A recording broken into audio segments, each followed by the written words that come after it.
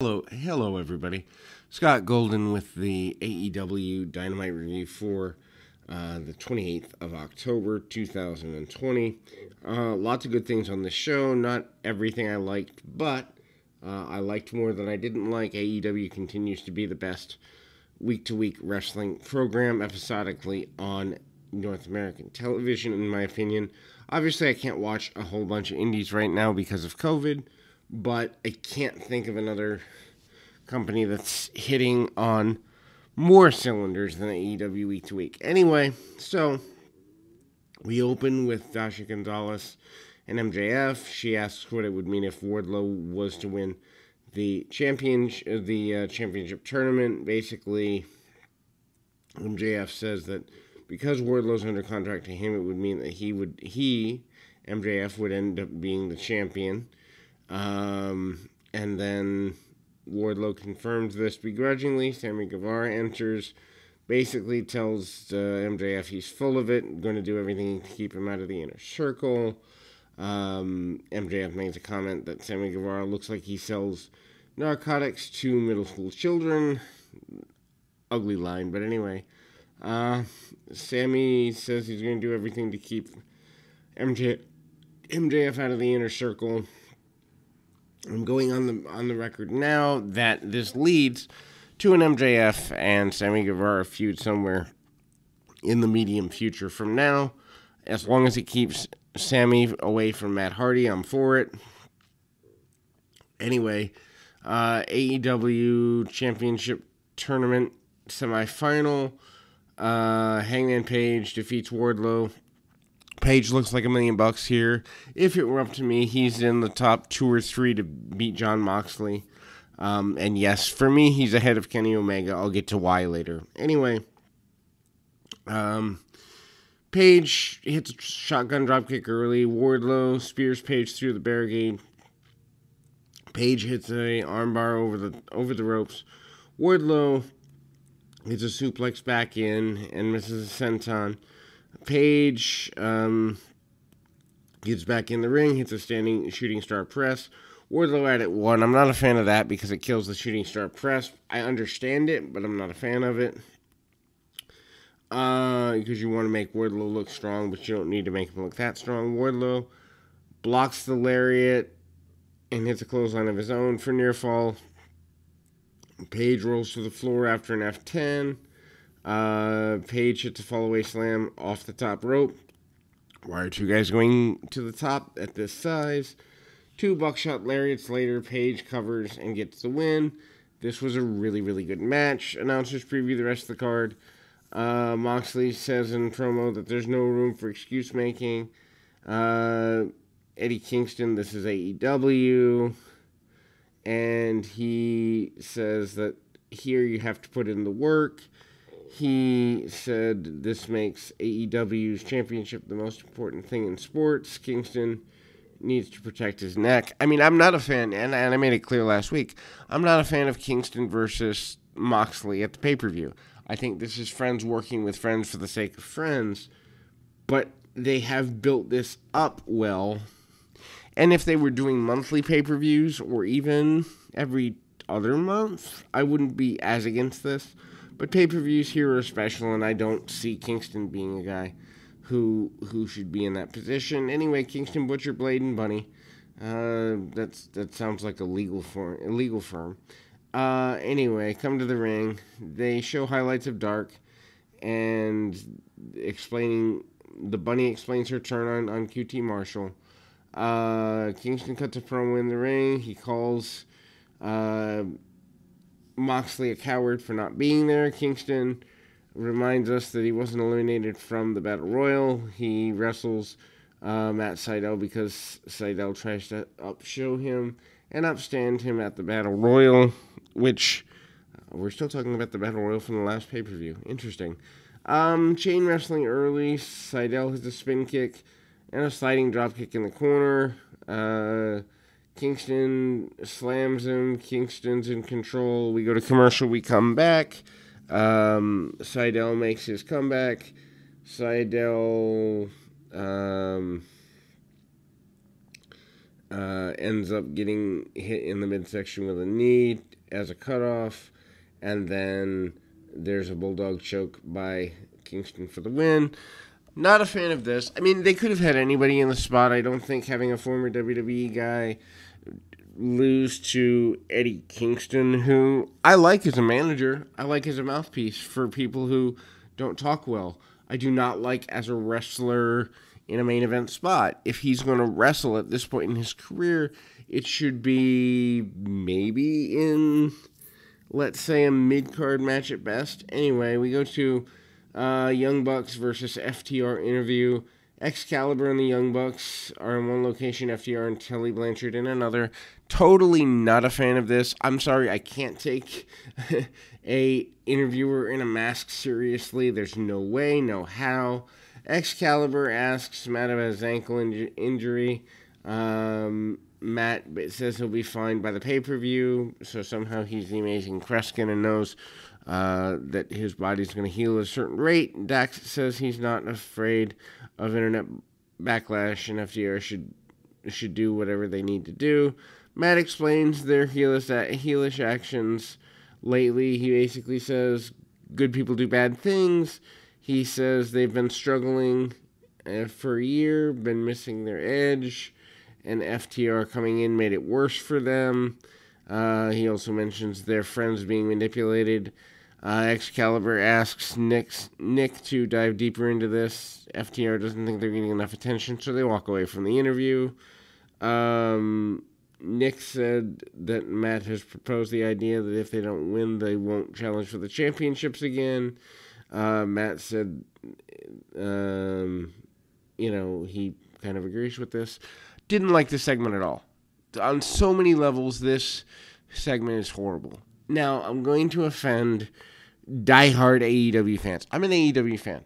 I like AEW because it's an alternative to the junk that WWE puts out. I don't think the Bucks should be near the top of the tag team division. I don't think it's good for business. I don't think it's good for the brand. I don't think it's good for anything. They are a perfectly fine team and can have good matches, but they shouldn't be in the championship picture. That being said, if you're going to put them in the championship picture, please tell me in the last year why casual fans, which is who you should be playing to because you want more people to watch this, why would casual fans who don't know the Bucks story care the least bit that they're not going to challenge for the championship again if they lose? Why would casual fans who understand wins and losses, who understand championships, care about the emotional turmoil that the Bucks have gone through in not being winners and champions in this new organization? Why would anyone in their right mind view this as anything other than a tag match that might be good, might even be great, but there's matches I care about more? And to put it in the context of, oh, well, if we don't win, we're gonna never challenge for the championship again. To me, it's just they're piggybacking off what worked for Cody, and Cody's a bigger star than the Bucks will ever be on a national level. And Cody, to be completely frank, and I love Cody. Cody's one of my favorite guys right now. But Cody's not as big a star as half the people on WWE in the mind of a casual fan. So when the Bucks, who are at least a level and a half below, if not more, do the same thing, it just comes off as desperation, and I don't like it at all. Anyway, so Inner Circle Town Hall, Dasha Gonzalez and Tony Schiavone work as moderators. Inner Circle comes in. Just to note, Jake Hager's absent because he's getting ready for a MMA fight. MJF in. Luchasaurus asks a question. I don't get why wrestlers are asking questions here. He asks MJF how he would keep the earnings potential of the Inner Circle strong. MJF shows a fake graph that says he's going to make money for the group. Reba and Britt Baker ask the next question. Reba makes a big deal over Jericho's looks, and she asks about MJF's poor track record when it comes to having friends. And basically, Jericho says if MJF tries to turn on us, we'll kick his teeth down his throat. MJF got into the business to make money in championships, and the inner circle will make a lot of green with him and get a lot of gold. Eric Bischoff makes another cameo. This I enjoyed. Asks what MJF could do for the inner circle. Bischoff said he worked with Jericho and he's a prima donna. Jericho and Bischoff go back and forth a little bit.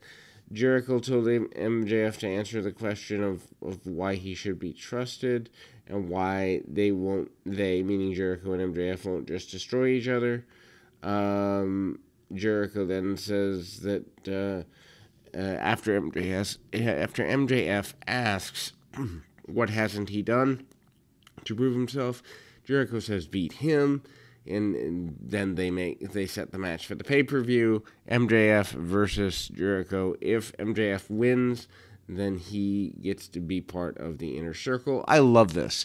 MJF and Jericho is, to me, money. I don't know that I would have done it this way, but if you want to throw it on a pay-per-view as a teaser for a future feud, and you can reference back to it in a year after MJF's been part of the inner circle and actually does turn on them, that's phenomenal. Ortiz grabs the mic. He says that he and Sammy are against MJF being in the group, and that Santana is a little more open-minded. Ortiz announces himself and Guevara versus MJF and Wardlow for next week. I'm not sure I understand where that match is going. Team Taz video airs. He's still waiting for word from Will Hobbs about joining the group. I hope they do this with Hobbs. I think it would be good for Hobbs to have a mouthpiece. Orange Cassidy enters with Best Friends for the TNT title match. And then we go to commercial. They come back, and Babyface, Lumberjack have their loyalty splits.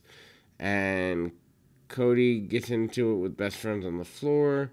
Cassidy gets an early advantage, hits a delayed vertical suplex. Cody hits a cutoff and tosses Cassidy around. He uses a single crab in working Cassidy over. Go to commercial. Cody hits a superplex off the post onto a bunch of lumberjacks. Lumberjacks fight with themselves. Cassidy hits a stunner and a tornado DDT for near fall. He hits more moves for near fall. Lumberjacks take the referee. John Silver jumps in, hits a pump kick on Cassidy. Cody didn't see this, takes advantage of it, and hits Crossroads, pins Cassidy. I'm a fan of this, so I want to be completely transparent.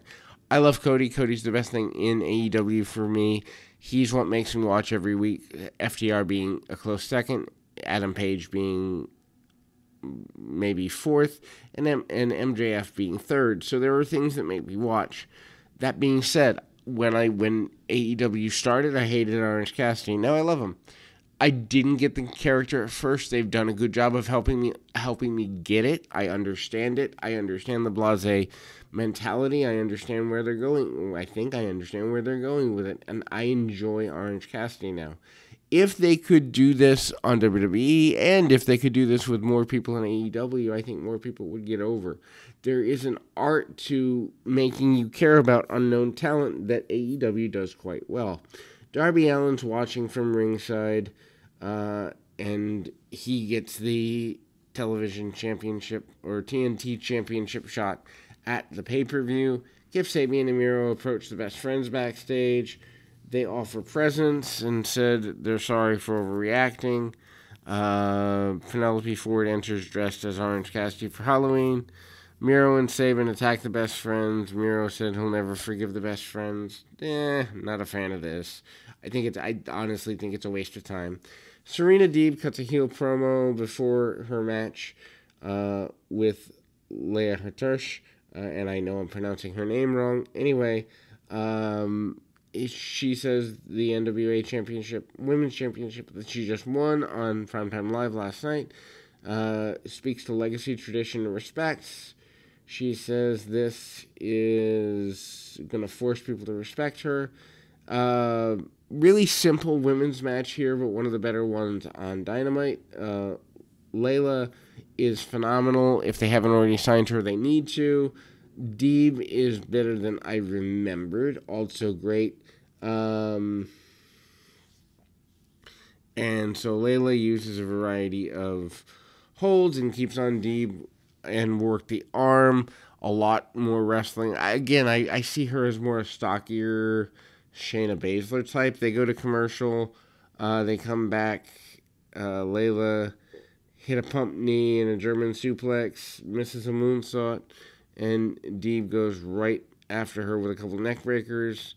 And then Deeb uses a single leg crab for the submission victory. This is a really good women's match in comparison to what they normally do. Oh, here's a throwaway segment. Alex Marvez asks Shida about the number one contender, Nyla Rose, and Shida says, Nyla, you want me, I want you, full gear. Yay, there we go. I don't get Nyla Rose. If I were booking, she wouldn't be on my product. I don't understand the draw. And unless somebody could pitch me a treatment that makes me understand, that's not where my money would go. Shawn Spears with Tully Blanchard against VSK. Single move in the match. That's the C4 from Spears. 1, 2, 3. Over we go. Spears pulls a guy in a costume into the ring from the crowd. This winds up being Scorpio Sky. Sky hits TKO on Spears, and they are going to fight in the not too long from now future. John Silver and Orange Cassidy will be part of the buy-in at All Out. Glad for Cassidy. I'm not as high on Silver as some people are, but he's not bad. Miro, Trent, Spears and Sky, Cody and the Gun Club versus Colt Cabana, 10 and Silver are announced for next week. Jericho will also be on commentary, which is always fun. Main event of the show is next. Omega does the heel entrance. Penta and Phoenix are here. I know people love this main event. I didn't. I don't. How to put this? Now, I want to say this. I have seen Kenny Omega have good matches. I haven't seen enough of his Japanese work to understand the value, and maybe that's just because I don't have time. And it's hard for me to follow Japan because not having American commentary in a timely fashion turns me off. I will admit that there's a weakness in me as a fan, as a former participant in pro wrestling. It's always hindered my ability to enjoy Japanese wrestling, and so I'm somewhat biased in a way that doesn't make sense. That being said, I've seen Kenny Omega have good matches with Adam Page and Pac respectively, and enjoy him in small doses. The tag match at all the last pay-per-view was good, and I enjoyed it. I do not see Kenny Omega as someone they should build AEW around. I don't understand the draw of him being an upper mid-carder, sure. A TNT champion, sure. A guy who's challenging for the championship a couple times a year, even like the world championship, sure. The guy to build around, not in a million years. And so when people who are major fans of his, rave about something like this match with Penta that happens here, I look at it and go, I'm out of the demographic of what is, I guess, appealing, because what I see is a bunch of spots, followed by underselling, followed by goofy facial expressions by Omega that just turn me off. I would have flipped the Wardlow and Page match and put that on in the main event over this. I would have put the Cody's TNT championship match over this. I don't even see where this is final segment worthy, and it confuses me when people are interested in that way. Anyway, Omega takes off his shirt, reveals the AAA Mega title that he won from Phoenix a while back. Omega and Penta go into a chop battle at the start. Omega is hitting heavier strikes, and then Penta hits a backstabber, and Penta sells his knee after landing a dive.